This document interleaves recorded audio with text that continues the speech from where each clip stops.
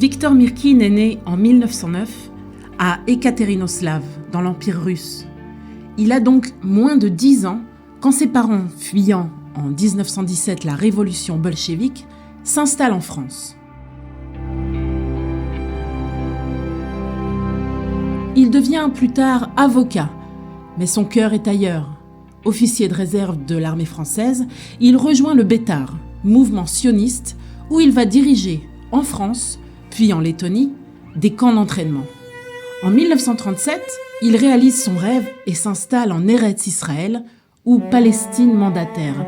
Il y participe à l'établissement de villages dont Tel Tzur en 1939, qui servira aussi de base d'entraînement pour les combattants de l'Irgun.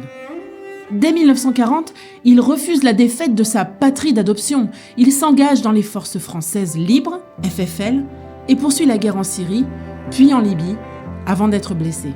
En 1942, il reprend le combat en tant que capitaine, menant ses hommes, dont certains venus comme lui d'Eretz Israël, lors de la bataille d'El Alamein, où les Alliés stoppent l'avancée de Rommel en Afrique du Nord. En août 1944, lors du débarquement en Provence, avec seulement 2 blindés, Viktor Myrkin force la reddition de 800 soldats allemands.